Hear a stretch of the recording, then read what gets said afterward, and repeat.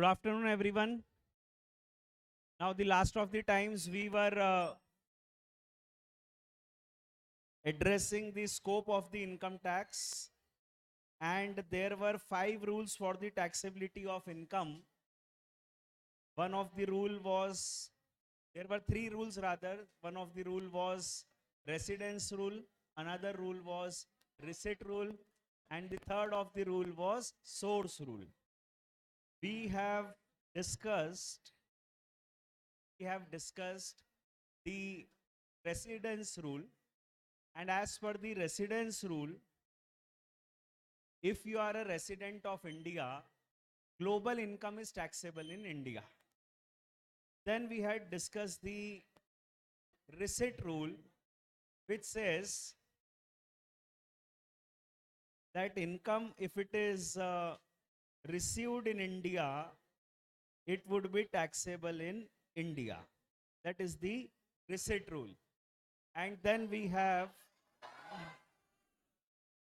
एक घंटे की है ना अपनी क्लास, 2 घंटे की है, अच्छा 2 लग गए, ओ सॉरी, गलती से मिस्टेक हो गया, चलो. So if the income is received in India, then it is taxable in India. And the third rule is, that is the source rule, which says if the income is accrued in India or is deemed to be accrued in India, it is taxable in India. अभी ये जो source rule है, इसमें हम already पढ़ चुके हैं salary head. Salary is accrued in India if the services are rendered in India. That is one rule for salary. Second rule for salary is salary is accrued in India, is paid by the government to the citizen of India. फिर उसके बाद आता है second head of income, that is income from second head is income from dividend.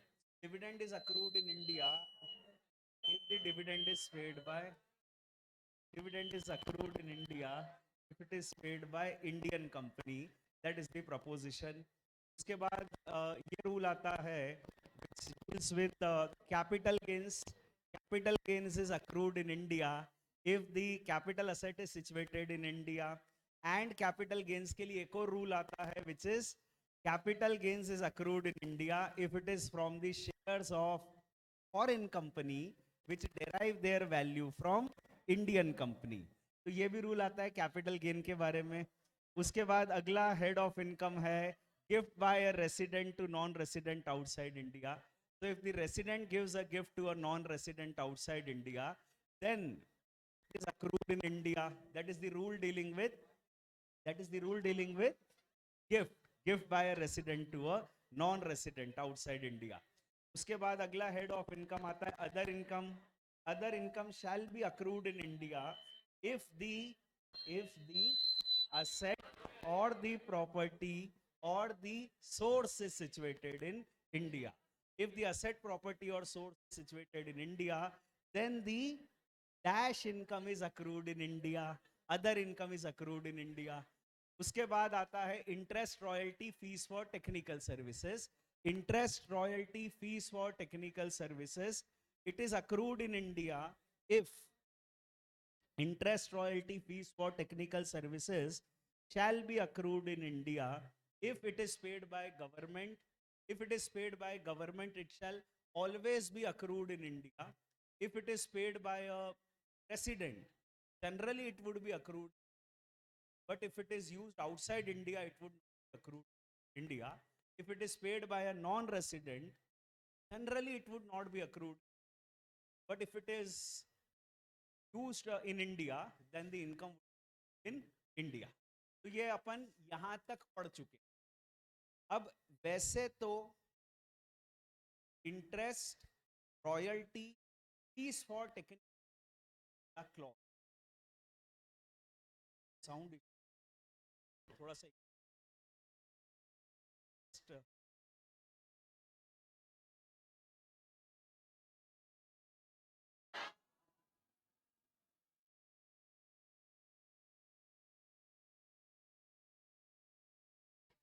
जैसा आपने कहा wait for a minute.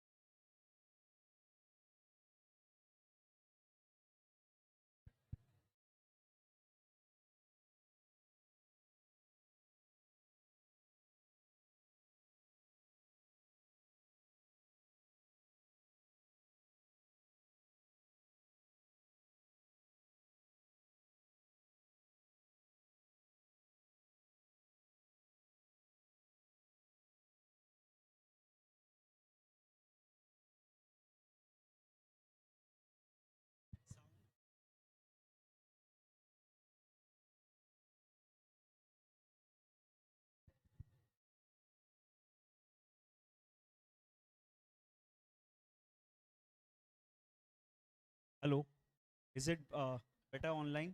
Yes. Ab what I was putting up is interest, royalty, fees for technical services. यहाँ तक हम पढ़ चुके हैं, यहाँ तक हम एड्रेस कर चुके हैं interest, royalty, fees for technical services. Interest, royalty, fees for technical services में जो प्रोविजन दिया गया है वो भी आप नोट्स में देख सकते हैं. And the provision is somewhere on this page, page number 19. Page 19 पर आप देखेंगे they have addressed this issue. If it is paid by government, it is always accrued in India. If it is paid by resident, generally it is accrued in India. However, if it is used outside India, it is not accrued in India. And if it is paid by a non-resident, generally it is not accrued in India. But if it is used in India, it is accrued in India. ऐसा कुछ लिखा है. उन्होंने थोड़े और technical words बीच में introduce किए हैं. जैसे उन्होंने लिखा है कि if it is used in India for a business in India, ऐसे कुछ टेक्निकल वर्ड्स यूज किए हैं. बेसिक प्रिंसिपल जो था वो अपन सारा एड्रेस कर चुके हैं और उसके बेसिस पर क्वेश्चंस भी कल हम कर चुके हैं, कुछ इलस्ट्रेशंस भी कर चुके हैं. कब इनकम अक्रूड इन इंडिया होगी, कब इनकम अक्रूड इन इंडिया नहीं होगी. Now there is a very important discussion up here in this segment, and that is interest, royalty, fees for technical services. उसको लेकर डिस्कशन यहाँ पर है. Interest, royalty, fees for technical service. ये line जो लिखी गई है, this is actually based on one Supreme Court judgement. Supreme Court का एक जजमेंट आया था, जो भी आया था, ठीक है, वो जजमेंट गवर्नमेंट को अच्छा नहीं लगा था, तो गवर्नमेंट ले आई थी एक अमेंडमेंट. तो ये अमेंडमेंट है उसका. और गवर्नमेंट को वो जजमेंट इनफैक्ट बहुत बुरा लगा था, तो वो ले आई थी रिट्रोस्पेक्टिव अमेंडमेंट. तो जो भी अपने सामने है, that is the amendment, that is the retrospective amendment on this section dealing with interest, royalty, fees for technical service. अभी देखो लिखा क्या है. Interest, royalty, fees for technical services shall be taxable whether or not assessee has a business connection in India, whether or not assessee has a business connection in India, and whether or not the non-resident renders the services in India. So whether these services are rendered in India or not, it is immaterial. What is material, what is important is that whether the services are used in India. That is the test जो हम पिछले दिन बात कर रहे थे, कल बात कर रहे थे कि सर्विसेज इंडिया में यूज हुई हैं या वो पैसा इंडिया में यूज हुआ है, तो income would accrue in India. And it is immaterial whether or not it is rendered in India. Rendering of the service is not important, use of the service is important. इसको हम लोग in fact कहते हैं territorial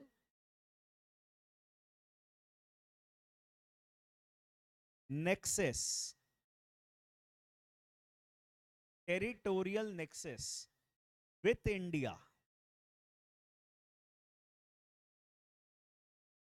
is not important. Territorial nexus with India is not important. तो हम कहते हैं, मेरा रिकमेंडेशन है इस फ्रेज को आप लिख लो जो मैंने लिखा. इसलिए लिख लो क्योंकि कई बार एग्जाम में इसी नाम से वो पूछा जा चुका है. Explain territorial nexus of services with India is not important. So you have to explain it, right? So write it this way also. Territorial nexus of services with India is not important. ये exactly क्या चीज है समझ अभी तक तो नहीं आई. जब तक एग्जाम्पल नहीं समझेंगे तब तक बात एकदम क्लियर नहीं होगी. बस ऐसा लिखा है, territorial nexus of services with India is not important. तो let me define this concept कि ये है क्या कंसेप्ट. कंसेप्ट को समझाता हूँ.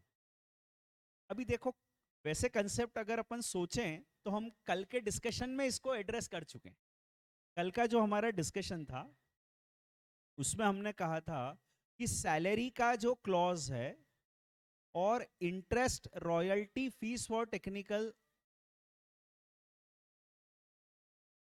सैलरी का जो क्लॉज है और interest royalty fees for technical services का जो क्लॉज है, इन दोनों क्लॉजेस में एक अंतर है, बाकी ये क्लॉजेस एक जैसे ही है। ठीक है, सैलरी का जो क्लॉज है उसमें दिया हुआ है कि सैलरी अगर गवर्नमेंट पे कर रही है to a citizen of India, then it is always accrued in India. और अगर वो other than a citizen of India है, other than a citizen of India है, मतलब गवर्नमेंट नहीं पे कर रही है या कोई भी पे कर रहा है तो सिटीजन ऑफ इंडिया को नहीं पे कर रहा है, तो दी अदर केसेस में ऐसा होगा that if the services are rendered in India, salary will be accrued in India, and if the services are not rendered in India, salary will not be accrued in India. ऐसा salary का clause है ना, salary का जो clause है वो ये है। यहाँ पे कीवर्ड है rendered in India, services rendered in India है तो सैलरी अक्रूड इन इंडिया है। जबकि interest royalty fees for technical services, जो क्लॉज है वो ये है कि if it is paid by government it is always accrued in India, and other cases में if it is used in India it would be accrued in India, if it is used outside India it would not be accrued in India। तो ये clause है जो other cases में clause है। सही है बात? ठीक है, अब दोनों में जो अंतर है वो ये है कि वहां पर कीवर्ड था rendered, if the services are rendered in India it is accrued in India. यहां पे जो कीवर्ड है वो है used, that is if it is used in India it is accrued in India. इसका अंतर मैंने अभी नहीं बताया, पर अंतर है, ये क्लियर होगा। और यहां पर वो जो एक्सप्लेनेशन है जो मैंने अभी पढ़ा, जिसको मैंने कहा territorial Nexus with India is not important, वो जो मैंने पढ़ा उसमें यही बोला है weather or not it is rendered in India, यही लिखा हुआ है weather or not it is rendered in India. तो अब इसको समझो है क्या चीज, मतलब what exactly is the situation. देखो ऐसा कोई सिनेरियो आया और वो सिनेरियो है कि एक से टेक दिस एग्जांपल कि एक ऑस्ट्रेलिया की कंपनी है, ये कंपनी को इंडिया में कोई कंस्ट्रक्शन का काम करना, इनका टेक्निकल नॉलेज है आर्किटेक्चर में, बिल्डिंग बनाने में, और इनको इंडिया में एक बिल्डिंग बनानी है। ये बिल्डिंग बनाने के लिए उनको कुछ चीज़ें ऐसी हैं जो ऑस्ट्रेलिया से ही करनी है, ऑस्ट्रेलिया में बैठकर ही वो एग्जीक्यूट कर सकते हैं, मैप बनाना, डिज़ाइन बनाना, ठीक है, ये ऑस्ट्रेलिया में बैठकर ही ऑफ साइट ये कर सकते हैं। इंडिया में साइट पे आए बिना ऑस्ट्रेलिया में बैठे बैठे ये कर सकते हैं। तो कुछ चीज़ें वो ऑफ साइट कर सकते हैं और कुछ चीज़ें ऐसी है जो वो ऑन साइट कर सकते हैं, मतलब इंडिया में आना पड़ेगा। जैसे जो भी लैंड है जहाँ पर ये बिल्डिंग बनानी है उसका मेजरमेंट लेना है ज़मीन का, या फिर बिल्डिंग का मॉनिटरिंग करनी है कि ठीक से नक्शे के हिसाब से बिल्डिंग बन रही है कि नहीं, तो वो ऑन साइट आकर उनको कुछ चीज़ें करनी पड़ेगी। They have to do technical services, उनका जो वर्क है वो टेक्निकल सर्विस है, बिल्डिंग बनाना है उनको। अब ये टेक्निकल सर्विसेज को करने में कुछ चीज़ें ऑफ साइट की जाएंगी, कुछ चीज़ें ऑन साइट की जाएंगी। ऑफ साइट जो चीज़ें की जाएंगी, जो ऑस्ट्रेलिया में बैठे बैठे की जाएंगी, वो सर्विसेज वो रेंडर करेंगे ऑस्ट्रेलिया में बैठकर, जिसके लिए वो 1 करोड़ रुपए चार्ज कर। इन सर्विसेज को यूज इंडिया में किया जाएगा पर वो रेंडर करेंगे ऑस्ट्रेलिया में बैठकर। कुछ सर्विसेज को इंडिया में परफॉर्म किया जाएगा, इन सर्विसेज को रेंडर भी इंडिया में किया जाएगा और यूज भी इंडिया में किया जाएगा। इसके लिए वो अलग से चार्ज कर रहे हैं 1.50 करोड़, टोटल उनकी फीस 2.5 करोड़ की है। अब सवाल ये है how much of the income is accrued in India, that is the question. तो वो सर्विसेज जो रेंडर इंडिया में हो रही हैं और यूज भी इंडिया में हो रही हैं, वो तो अक्रूड इन इंडिया है। उसमें किसी को कोई डाउट नहीं है. If the technical knowledge is used in India, the income is accrued in India. क्योंकि यहाँ पर technical knowledge used in India है, ये तो अक्रूड इन इंडिया है. पर पहला केस जो आता है जहां पर technical knowledge render outside India है पर यूज्ड इन इंडिया है, ये क्या इंडिया में टैक्सेबल है? This was the question. उसके लिए ये लाइन लिखी हुई, weather or not it is rendered in India. हमको ये नहीं देखना है कि नॉलेज कहां से रेंडर किया गया, हमें ये देखना है कि नॉलेज कहां पर यूज हुआ. Because it is used in India, the income is accrued in India. वो सेंटेंस जो लिखा गया है वो ये है. कुल मिलाकर इस एग्जाम्पल में जो हमारे आर्किटेक्ट वाली कंपनी है, वो कंपनी की पूरी 2.5 करोड़ की इनकम इंडिया में टैक्सेबल है. वो इनकम जो इंडिया में सर्विस रेंडर की वो भी टैक्सेबल है, वो जो इंडिया के बाहर रेंडर की वो भी टैक्सेबल है. क्योंकि रेंडर कहाँ की ये इंपॉर्टेंट है ही नहीं, इंपॉर्टेंट है वो यूज कहाँ किया. If it is used in India, income is accrued in India. जबकि सैलरी का क्लॉज अलग था, वहां पर वर्ड लिखा था उन्होंने रेंडर, यहाँ का वर्ड है यूज्ड. तो उनका विजडम है, उनको क्या लिखना है. और इस पे सुप्रीम कोर्ट का जजमेंट भी आ गया था जो इनकम टैक्स वालों को पसंद नहीं आया था, तो उन्होंने क्लियर कर दिया, weather or not it is rendered in India, it would be accrued in India. तो ये कुल मिलाकर बात है. तो ये एग्जाम्पल है अपने सामने.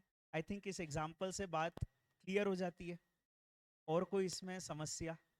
ठीक है. सुप्रीम कोर्ट का एक जजमेंट आया था, अभी नाम नहीं लिया मैंने, जैसे वोडाफोन तो नाम लिया था मैंने, यहाँ नाम नहीं लिया.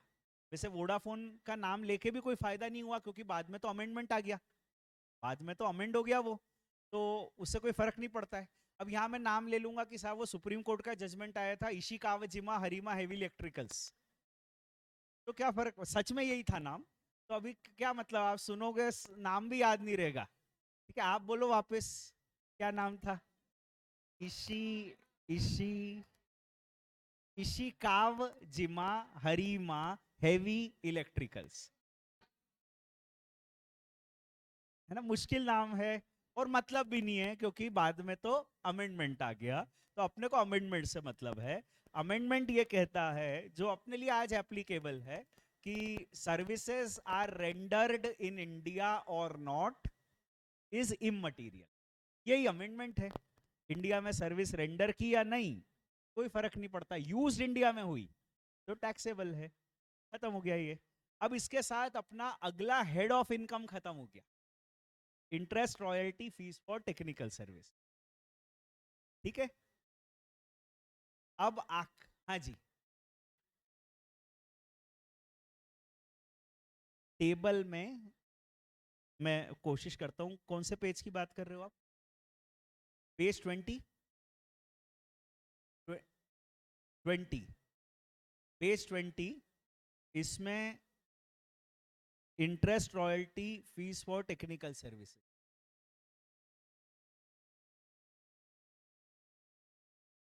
नहीं, रेंडर्ड इन इंडिया है या नहीं, वो इममटीरियल है, यही कह रहा हूं अभी भी, यही लिखा है. तो अपने को क्या देखना है? यूज्ड. रेंडर्ड कहां है? Is immaterial. That is what is the statement written. See, whether or not it is rendered in India. तो render is an immaterial test, the material test is used. Correct test क्या है? Used. ठीक है. चलो अभी हो गया. अब आगे चलते हैं, अगला बात करते हैं. अगला आता है बिजनेस इनकम. बिजनेस इनकम कब अक्रूड इन इंडिया है? तो उसका जवाब यहां पर दिया गया है, business income accrued in India है अगर there is a business connection in India. So that is the test. कल मैंने आपको बताया था कि जो मल्टीनेशनल्स इंडिया में बिजनेस करते हैं, वो दो तरह के मॉडल पे बिजनेस करते हैं. एक मॉडल होता है जहां पर वो इंडिया में टेक्नोलॉजिकल टाई अप कर लेते हैं, उसको मैंने नाम दिया था फॉरेन कोलेबोरेशन कर लेते हैं. वहां की कंपनी इंडिया में इन्वेस्ट कर देती है, या वहां की कंपनी अपना ब्रांड नेम दे देती है, वहां की कंपनी टेक्नोलॉजी दे देती है. 90% केसेस में तो यही होता है। कोका कोला को अगर इंडिया में बिजनेस करना है तो कोका कोला क्या करता है, इंडिया में अपना एक पार्टनर बनाता है, वो पार्टनर उनकी फैक्ट्री लगाता है कोका कोला की, कोका कोला उसको अपनी टेक्नोलॉजी दे देता है, क्योंकि कोका कोला के पास एक फॉर्मूला है सॉफ्ट ड्रिंक बनाने का, तो फॉर्मूला वो दे देता है और उस फॉर्मूला के बेसिस पर सॉफ्ट ड्रिंक बनाया जाता है। तो that is what happens in most of the cases. But कई बार कुछ बहुत टेक्निकल ऐसे बिजनेस होते हैं, कुछ बड़े बिजनेस इतने होते हैं कि वो खुद अपना बिजनेस करना चाहते हैं।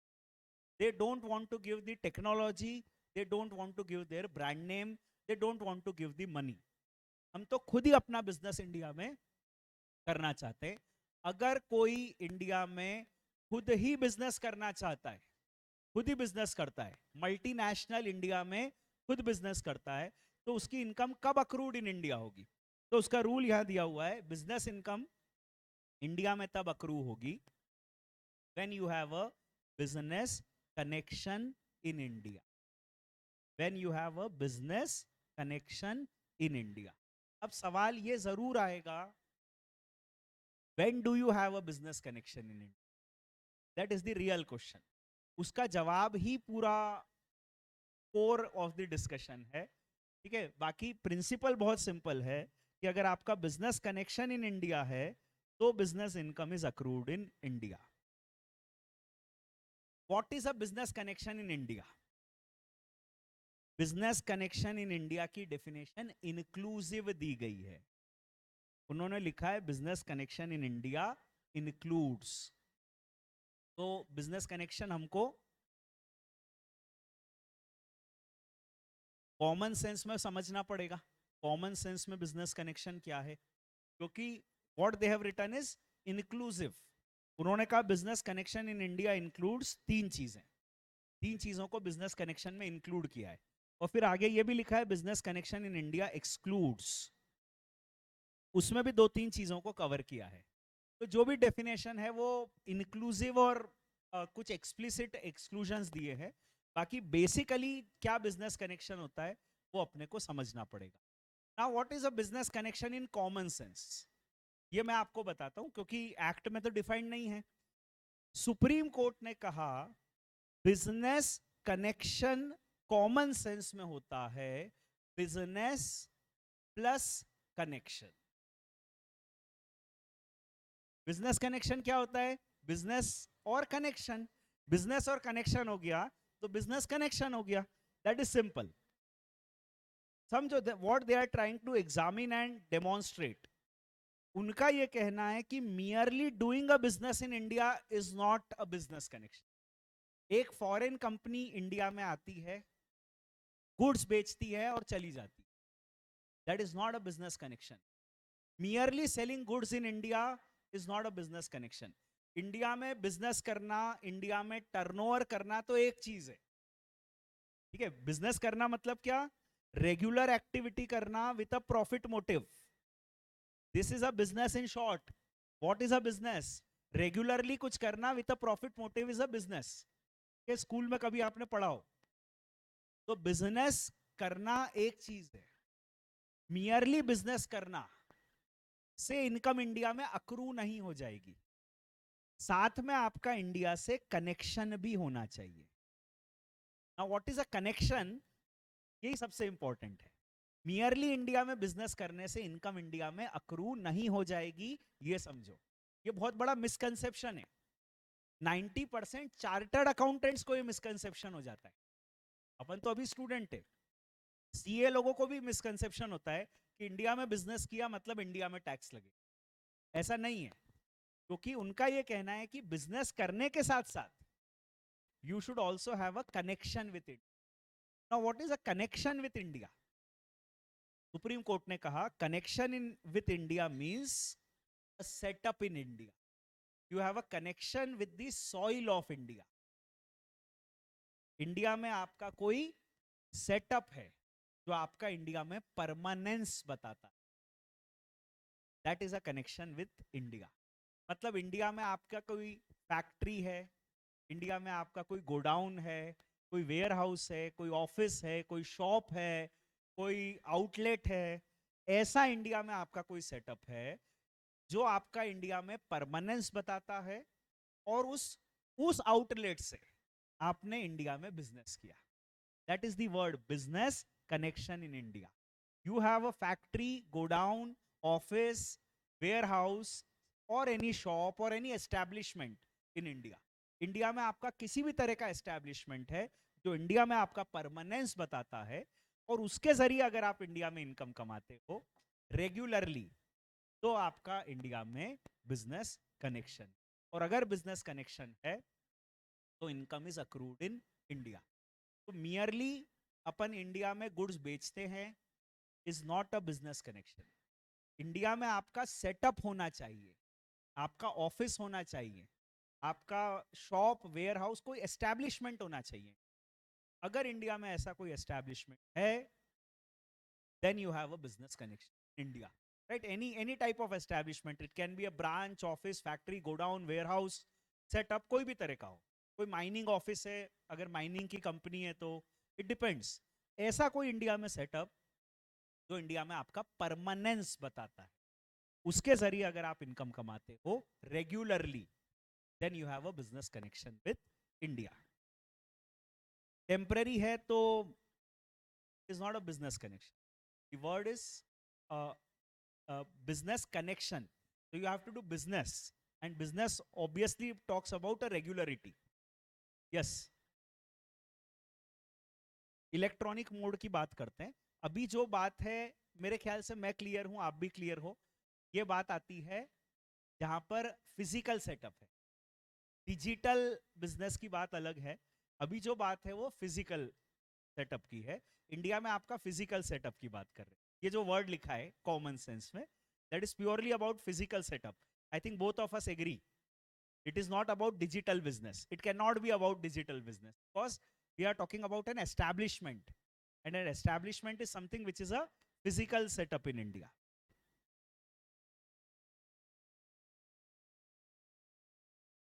अब ये तो 1961 के बाद कभी लिखी हुई डेफिनेशन है जो अपने सामने है, जो दी गई है. Yes please.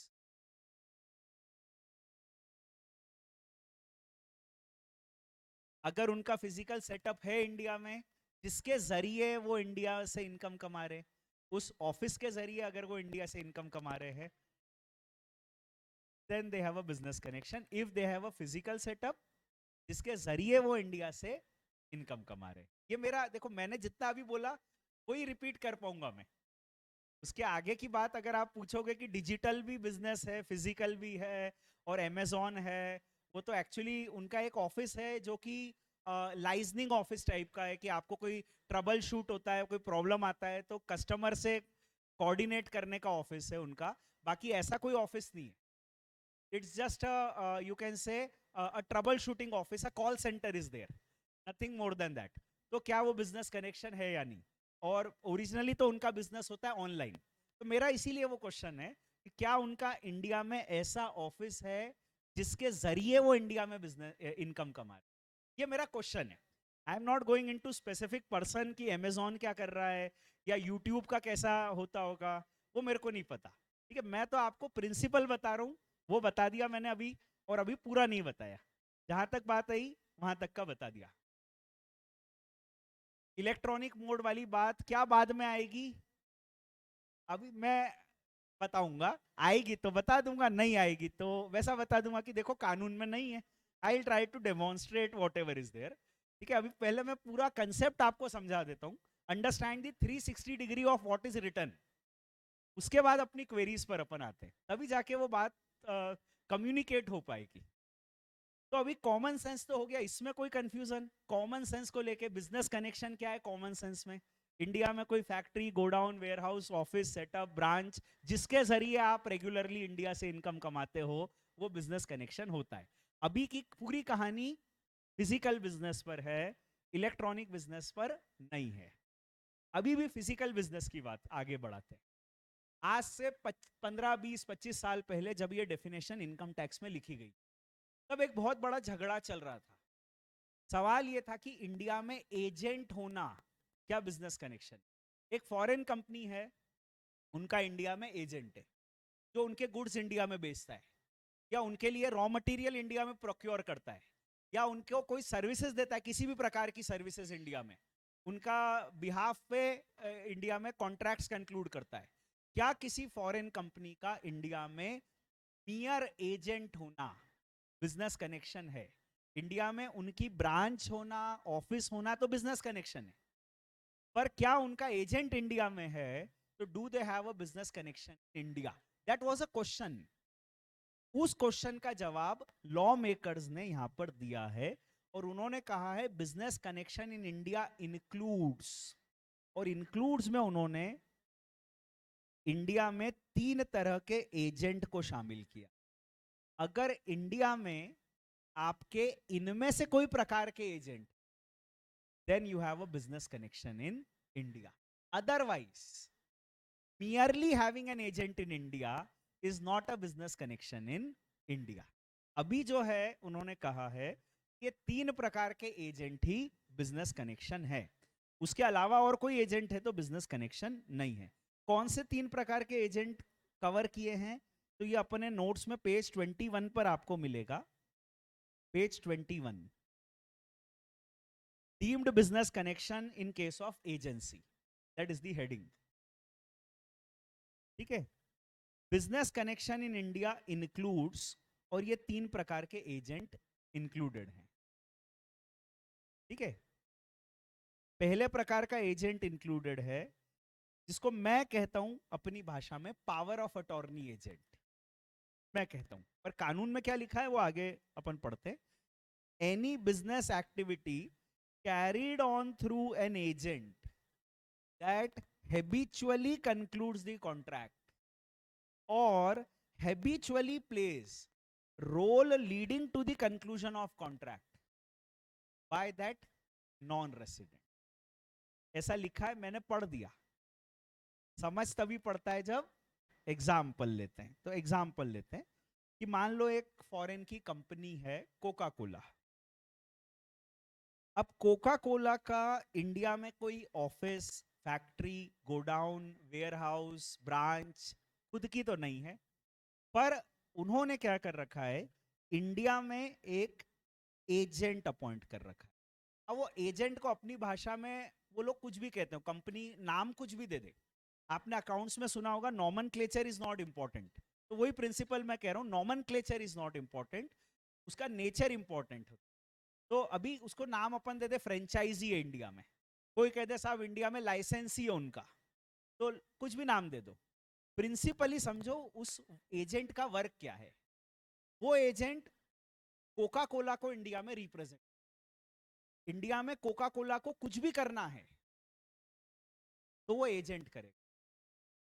मान लो उनको कोई डिस्ट्रीब्यूटर अपॉइंट करना है, सब डिस्ट्रीब्यूटर अपॉइंट करना है, तो वो एजेंट से संपर्क कर लेता है और एजेंट उसको अपॉइंट कर देता है। This agent concludes contracts on behalf of Coca Cola.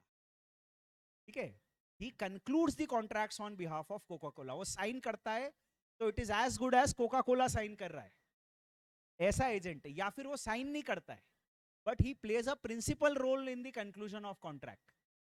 ये भी लिखा हुआ है, आप देखो लिखा हुआ है वहां पे, he plays a role leading to the conclusion of contract. तो वो इंडिया में नेगोशिएट कर लेता है डिस्ट्रीब्यूटर से, एग्रीमेंट ड्राफ्ट कर लेता है, टर्म्स एंड कंडीशंस डिसाइड कर लेता है। ये कॉन्ट्रैक्ट साइनिंग के लिए सिर्फ यूएस जाता है और वहां से साइन होके एज इट इज आ जाता है विदाउट एनी चेंज। तो अगर कोका कोला का इंडिया में ऐसा एजेंट है जिसको मैं कहता हूं कोका कोला ने उसको अथोराइज कर रखा है, पावर ऑफ अटॉर्नी दे रखी है कि हमारे बिहाफ पर आप जो चाहो कर सकते हो इंडिया, तो he is a power of attorney agent. Coca Cola has authorised him to conclude the contracts or to play a role leading to the conclusion of contracts. अगर कोका कोला का इंडिया में ऐसा कोई agent है, Coca Cola has a business connection, और इस agent के जरिए इंडिया में अगर वो कोई इनकम कमाते हैं, that income is accrued in India. ये पहला पॉइंट, ठीक है, जिसको हम शॉर्ट में कहेंगे पावर ऑफ अटॉर्नी। अगर ऐसा कोई एजेंट है तो you have a business connection in India. दूसरा, इसको मैं कहता हूं C and F agent. C and F, और सी एंड एफ का फुल फॉर्म कभी आपने सुना? Clearing and forwarding agent, clearing and forwarding agent. अब देखो होता क्या है कि ये बेसिकली जिसको अपन कॉमन भाषा में स्टॉकिस्ट कहते हैं, इंडिया में स्टॉकिस्ट है वो कंपनी। थिंक अबाउट इट, एक कंपनी है, उसके प्रोडक्ट्स की डिमांड इंडिया में ऑफ एंड ऑन रहती है। इंडिया में कई बार उस प्रोडक्ट की डिमांड आ जाती है, कई बार ऑर्डर्स आते रहते हैं। इन मान लो अभी टेक दिस एग्जांपल, ये एक फॉरेन का ब्रांड है Michael Kors, and Michael Kors का इंडिया में कोई ऑफिस नहीं है, कोई फैक्ट्री नहीं है, कोई गोडाउन नहीं है, उनका खुद का कोई आउटलेट नहीं है, कोई स्टोर नहीं है।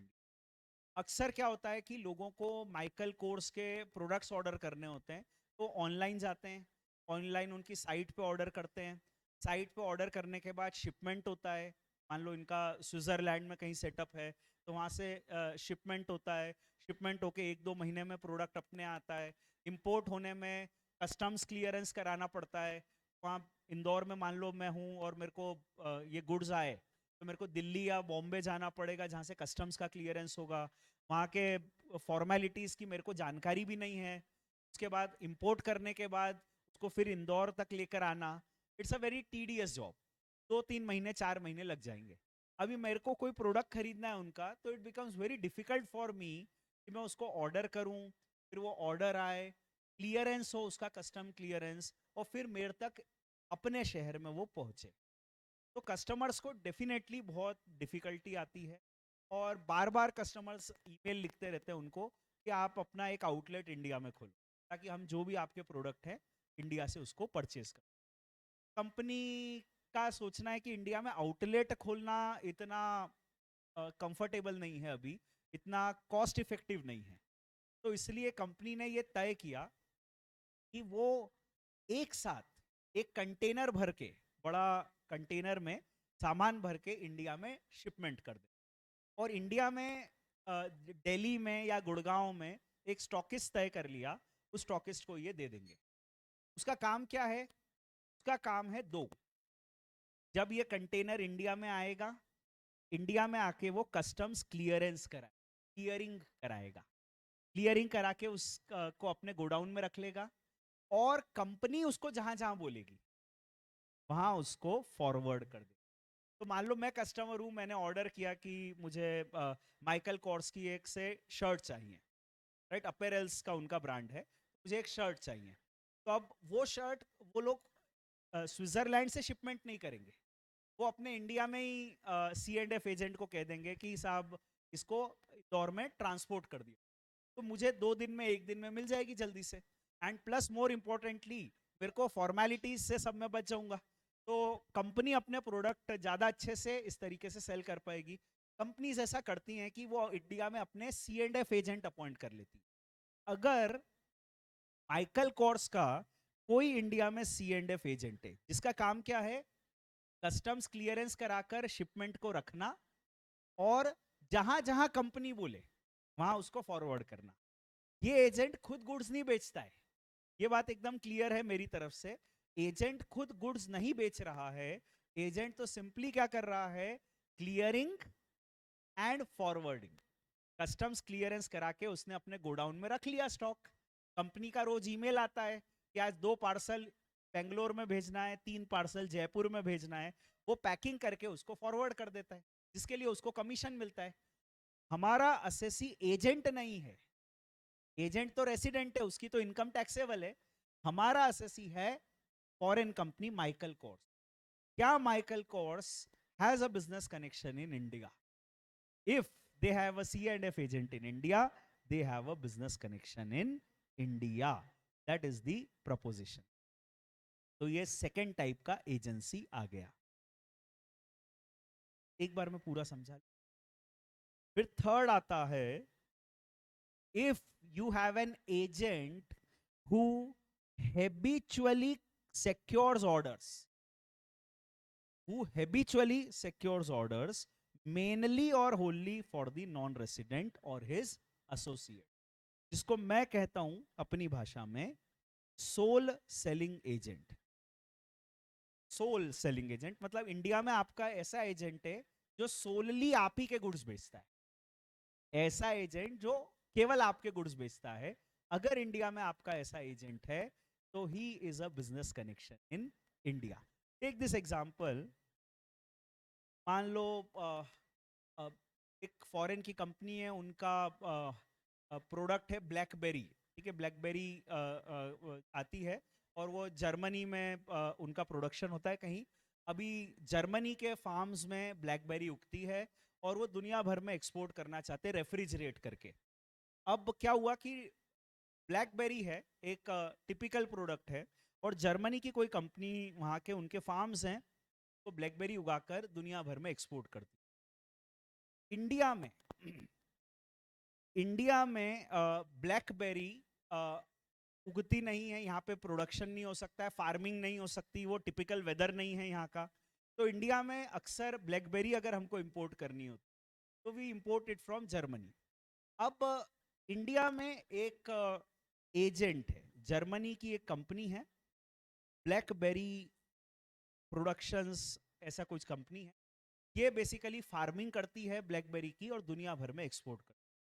अब इंडिया में उनका एक ऐसे एजेंट है जो सिर्फ और सिर्फ उसी कंपनी के प्रोडक्ट बेचता है, वो और किसी कंपनी के प्रोडक्ट नहीं बेचता. तो उनका जो प्रोडक्शन है सिर्फ वो वही बेचता है, ब्लैकबेरी का ही प्रोडक्शन वो इंडिया में बेचता है.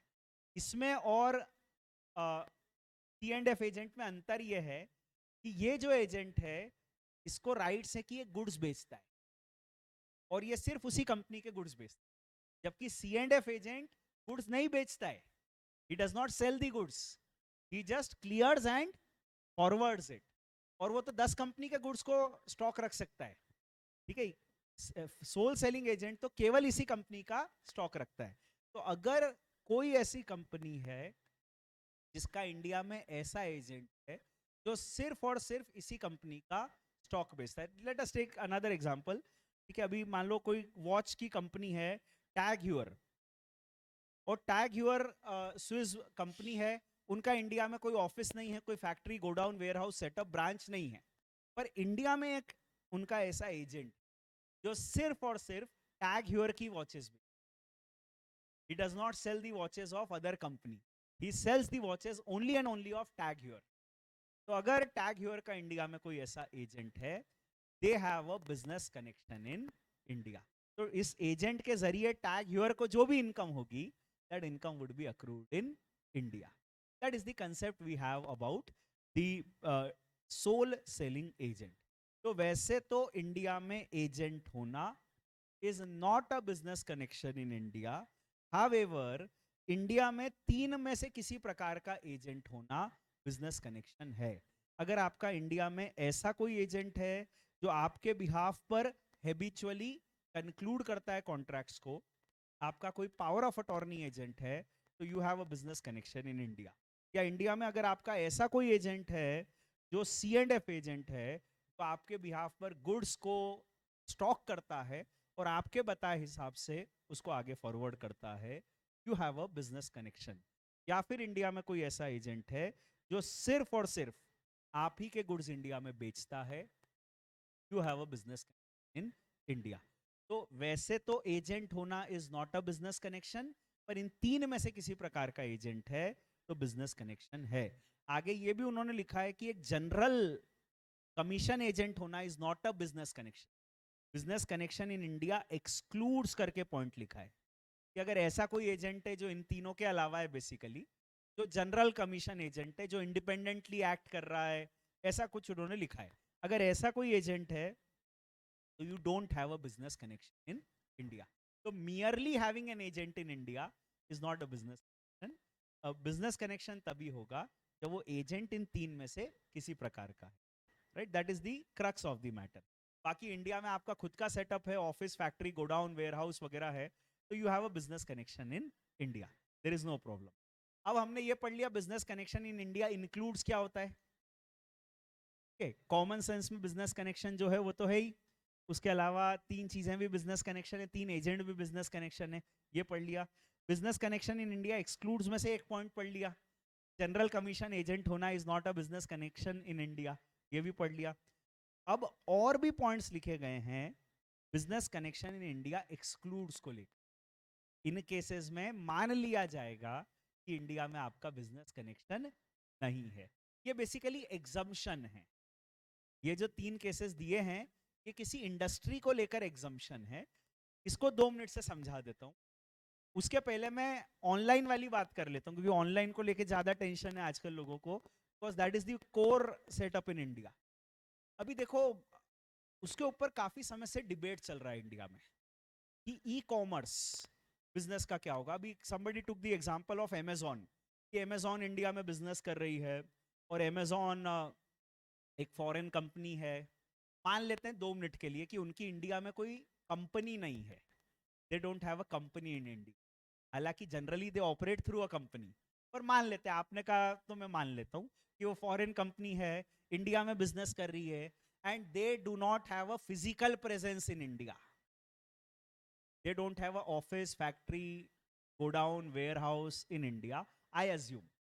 They are only operating in the cyber space of India. They are only online. Okay, maybe Amazon may not be the perfect example, but it may be Alibaba.com. That may be an example. Your question is about the e-commerce business. Facebook may be an example कि साहब Facebook का India में कोई office नहीं है. They only operate in the cyber space. India में उनका एक प्लेटफॉर्म है, उस प्लेटफॉर्म पे आप जाकर उनकी वेबसाइट को एक्सेस कर सकते हो, या कोई ऐप के जरिए आप उनकी वेबसाइट को एक्सेस कर सकते हो, और एक्सेस करके आप जो भी ऑनलाइन प्लेटफॉर्म है उसको एक्सेस करके अपने फॉलोअर्स बना सकते हो, मैसेजेस पोस्ट कर सकते हो जिसमें लाइक्स मिल सकते हैं, या यूट्यूब एक प्लेटफॉर्म है जहाँ पर आप वीडियो मैसेजेस शेयर कर सकते हो, लोग उसको देख सकते हैं, आपके चैनल को सब्सक्राइब कर सकते हैं और आपके वीडियोस को लाइक कर सकते हैं, जिससे आपको अर्निंग होती है, जिससे आपको अर्निंग होती है। By when people visit your page, when people access your channel, see your videos, you earn, क्योंकि in the background YouTube charges through advertisement. We know the business model of that thing. तो अभी अपने को ये सब पता है। अपना तो ये सवाल है कि क्या merely having a website in India is a business connection in India? That is a question को लेकर कई सालों से डिबेट चल रही है इंडिया में, और बीच में 1-2 साल पहले एक प्रोविजन भी लिखा गया था, और उन्होंने कहा था कि इंडिया के डिजिटल प्लेटफॉर्म में, इंडिया के साइबर स्पेस में अगर आपका एक लिमिट से ज्यादा एक्सेस है तो you have a business connection. जैसे मैं आपको बताता हूं कि मान लो यूट्यूब में उन्होंने ये कहा, इंडिया में अगर आपके इससे ज्यादा फॉलोअर्स हैं, so you have a business connection in India. Say PewDiePie है and he has more than 1 lakh subscribers in India. उन्होंने कट ऑफ कह दिया, मान लो एग्जांपल के तौर पे 1 lakh. If he has 1 lakh subscribers in India, then he has a business connection in India. और Indian platform के जरिए वो जितनी भी इनकम कमाएंगे, that income would be accrued in India. Facebook है तो आपके फेसबुक पेज पे इंडियन सब्सक्राइबर्स कितने, अगर इंडियन सब्सक्राइबर्स एक लिमिट से ज्यादा हैं तो you have a business connection in India, and अगर उसके जरिए आप इनकम कमाते हो then it would be accrued in India. Say Amazon एक प्लेटफॉर्म है या ई कॉमर्स एक प्लेटफॉर्म है, सेलिंग का कोई प्लेटफॉर्म है, अमेजॉन, अलीबाबा। इंडिया में अगर आपका टर्नओवर साल का 50 करोड़ से ज्यादा है, 50 करोड़ मैं अपने मन से कह रहा हूँ, वो जो भी कट ऑफ है, तो वो कट ऑफ से ज्यादा अगर इंडिया में आपका टर्नओवर है, then you have a business connection in India. ऐसा डीम्ड उन्होंने कर दिया था 1-2 साल पहले, पर वो ई कॉमर्स इंडस्ट्री और उससे प्रेशर आया तो उन्होंने 1-2 साल आगे बढ़ा दिया। आज ये सब कंसेप्ट एप्लीकेबल नहीं। तो अभी पूरी कहानी जो भी अपन पढ़ रहे हैं सिर्फ फिजिकल प्रेजेंस पर है। डिजिटल प्रेजेंस इन इंडिया पर अभी तक तो अपने सामने कुछ नहीं आया, अपने चैप्टर में कुछ नहीं। ठीक है, सीए फाइनल में उसका एक अलग से चैप्टर जरूर है, ई कॉमर्स इंडस्ट्री, और उसके ऊपर अलग से एक टैक्स भी लगता है। I don't know if you have heard of it or not, they call it as Google tax. Google tax के नाम से उसको लोग कहते हैं पॉपुलरली। ठीक है, वो टैक्स एक अलग टैक्स है जो लगता है, नॉट इनकम टैक्स। तो वो भी एक ट्रांजेक्शन पे टैक्स होता है। अभी फिलहाल के लिए मैं ऐसा कह देता हूँ क्योंकि मेरे लिए वो कहना बहुत कन्वीनियंट है, ई कॉमर्स इंडस्ट्री का क्या होगा उसका एक अलग से चैप्टर है जो आप सीए फाइनल में पढ़ोगे। कुछ इनकम टैक्स में भी वो अमेंडमेंट लेकर आए थे वो अमेंडमेंट अपने लिए एप्लीकेबल इसलिए नहीं है क्योंकि वो डेफर हो गया, 1-2 साल आगे बढ़ा दिया. They have deferred that taxation for the future. तो आज वो ई कॉमर्स का टैक्सेशन नहीं है. मतलब merely having a digital presence is not a business connection. इससे क्लियर मैं और कुछ नहीं कह सकता. ठीक है, हाँ जी पूछिए.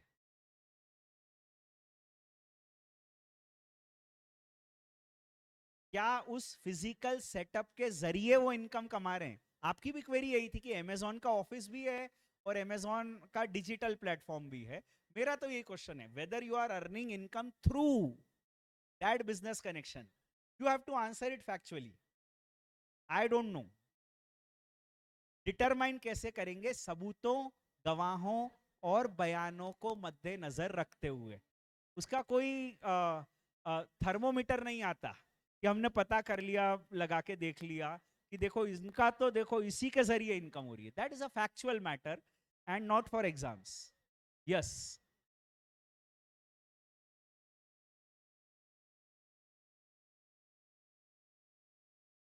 Sir C and F agent होने पे बिजनेस कनेक्शन हो जाएगा. तो कंपनी बहुत समझदार है, वो क्लियरिंग किसी और से करा दे, फॉरवर्डिंग किसी और से करा दे. देखो आपके मन में अगर कोई प्लानिंग है, टैक्स प्लानिंग, तो एक तो आप वो मुझे मत बताओ क्योंकि वो मेरे मन में भी आ जाएगी और मैं तो किसी को समझाऊंगा तो पैसे ले लूंगा उसके. और इतने सारे लोग हैं जो आपकी प्लानिंग समझ लेंगे. आपकी प्लानिंग अच्छी होगी. कानून अब आपको भी उतना पता है जितना मुझे पता है. तो you can plan yourself to save the taxes. The planning is actually your part. Planning में मैं नहीं जाऊंगा. मैं किसी फैक्चुअल सिचुएशन में भी ज्यादा नहीं जाना चाहूंगा क्योंकि वो इररेलेवेंट है एग्जाम के लिए. एग्जाम के लिए जो भी है वो अपने को लॉ पढ़ना है. अपना सब्जेक्ट है डायरेक्ट टैक्स लॉ. अगर हम फैक्चुअली चले जाएंगे तो दुनिया में परम्यूटेशन करोड़ों बन जाएंगे and we don't have to go into it क्योंकि एग्जाम एंगल से नहीं है वो. एग्जाम का फोकस यही खत्म हो जाएगा. अब क्या है, मैं तो बता दूंगा, आप पूछोगे तो मैं बता दूंगा.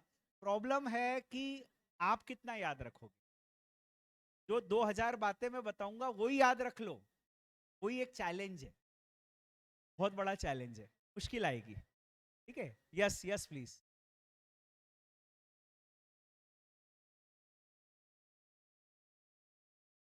तो क्या वो अच्छी टैक्स प्लानिंग है, ऐसा आपका क्वेश्चन? नहीं.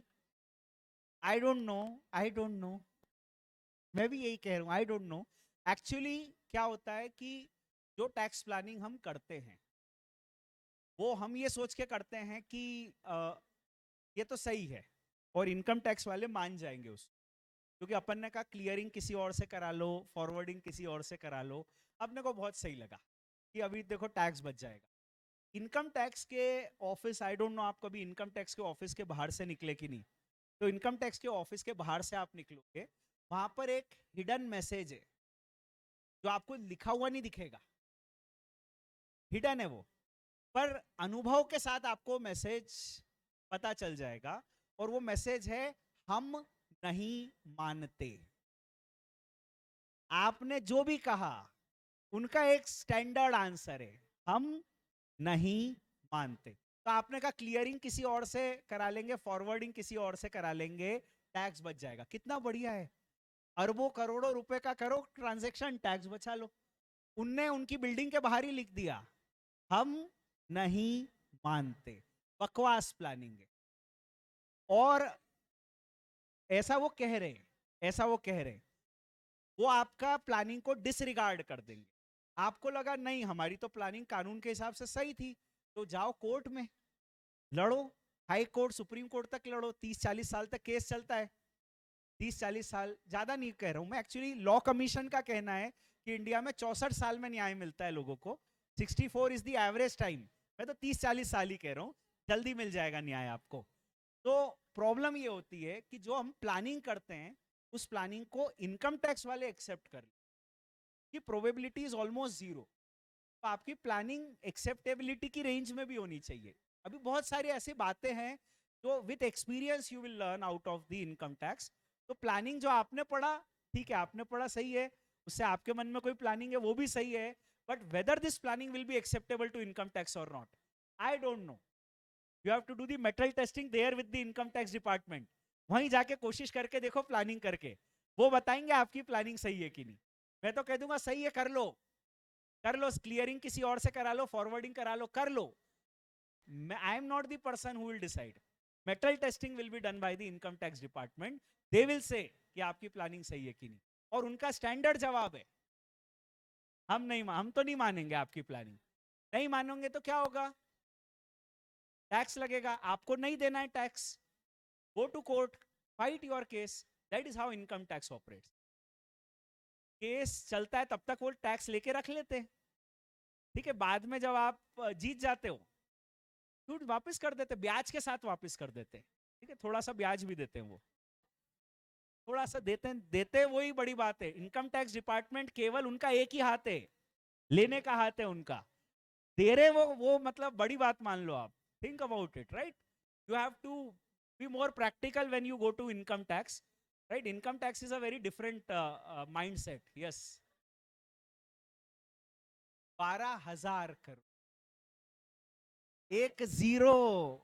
12,000 करोड़, 12,000 करोड़ पूरे तो नहीं लिए थे, क्योंकि वो मांग रहे थे, हम कह रहे थे पैसे नहीं हमारे पास, उनने अपने बैंक अकाउंट जब्त कर लिए, उसमें 1,000 करोड़ ही थे, 1,000 करोड़ ले गए, फिर थोड़े 500 करोड़ आए, वो भी ले गए, तो आते जा रहे अपने बैंक में लेते जा रहे, कुछ 2,500-3,000 करोड़ दिए थे वोडाफोन ने, एंड अल्टीमेटली क्या हुआ मैंने आपको बताया कि बाद में कहानी एक अलग ही ट्विस्ट में चली गई है, that is what has happened.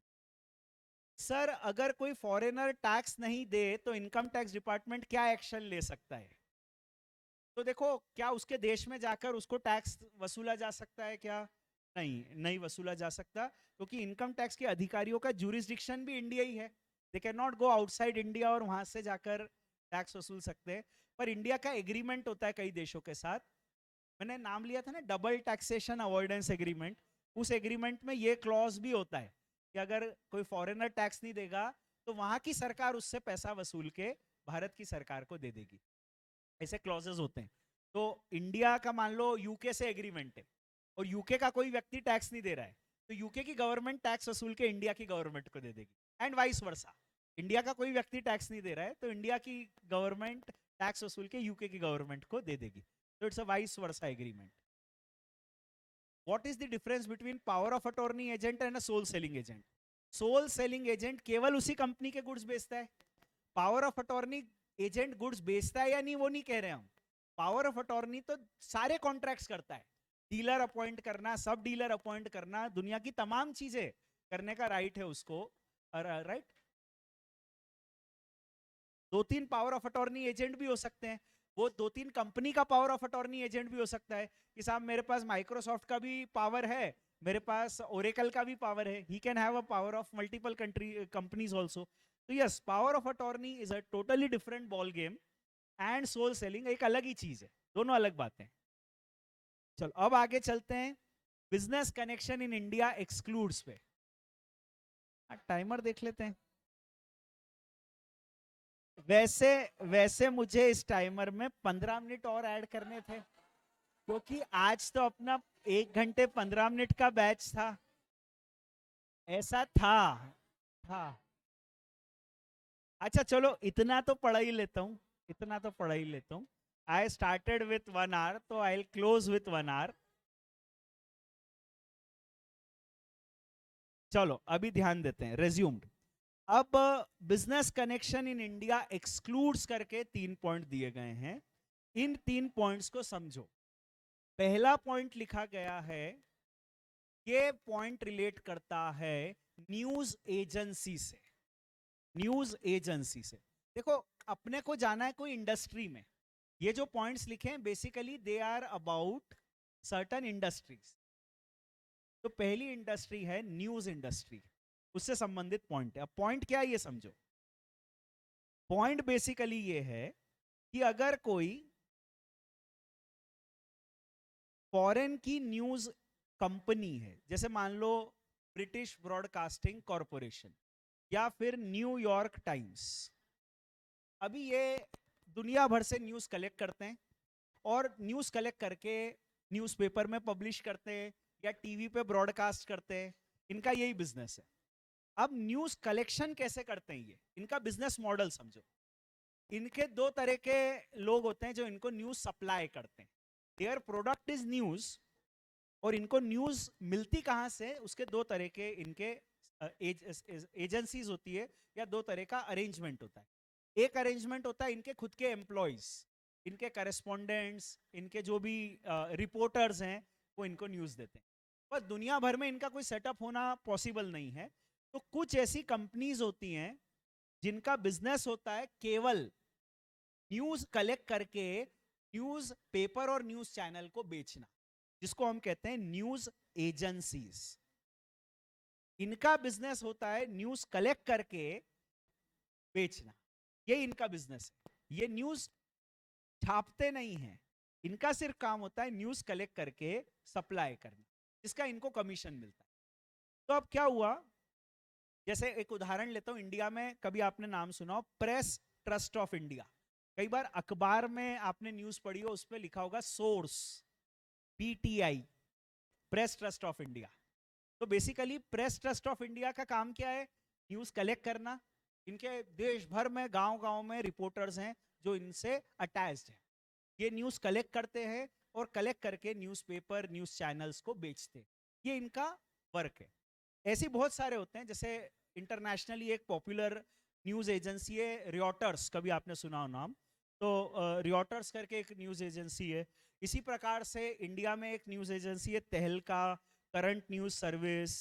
You can Google it and find it. तो अभी ये इनका काम होता है न्यूज कलेक्ट करके सप्लाई करना. रेगुलरली इंडिया में एक न्यूज एजेंसी है, से press Trust of India, regularly. और ये न्यूज एजेंसी न्यूज कलेक्ट करके रेगुलरली बीबीसी को सप्लाई करती. बीबीसी इस न्यूज को ब्रॉडकास्ट करता है दुनिया भर में, और दुनिया भर में ब्रॉडकास्ट करके बीबीसी इससे इनकम कमाता है. टेक दिस एग्जांपल कि अभी कोविड-19 डिसीज और उसके वैक्सीनेशन के बारे में न्यूज है. Regularly Press Trust of India data देता है to BBC, and BBC publishes that data across the world, जिसके जरिए बीबीसी को इनकम होती है न्यूज पब्लिश करने से. अब उनका यह कहना है कि क्या ये होना इंडिया में बिजनेस कनेक्शन है. If you have a news agency in India, merely having a news agency in India, is it a business connection in India?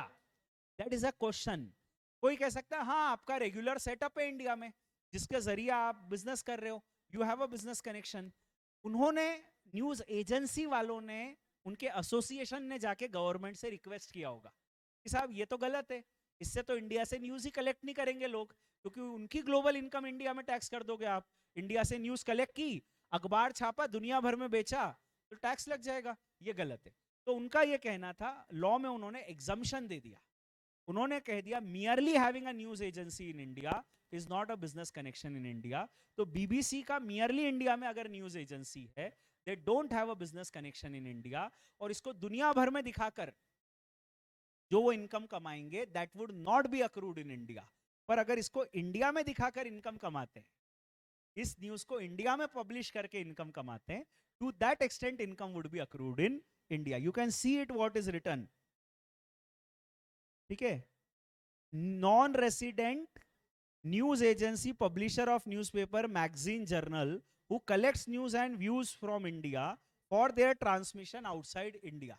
तो अगर कोई फॉरेन का पब्लिकेशन है, जैसे मैंने कहा बीबीसी, अगर वो इंडिया से न्यूज कलेक्ट करते हैं और कलेक्ट करके इसको दुनिया भर में दिखाते हैं, तो मियरली दुनिया भर में दिखाकर इनकम जो कमा रहे, that is not accrued in India. However अगर वो इंडिया में दिखा रहे, तो that income would be accrued in India. तो ये पहला पॉइंट हुआ. ऐसे दो और हैं, उसको कल पढ़ लेंगे अपन. Thank you very much.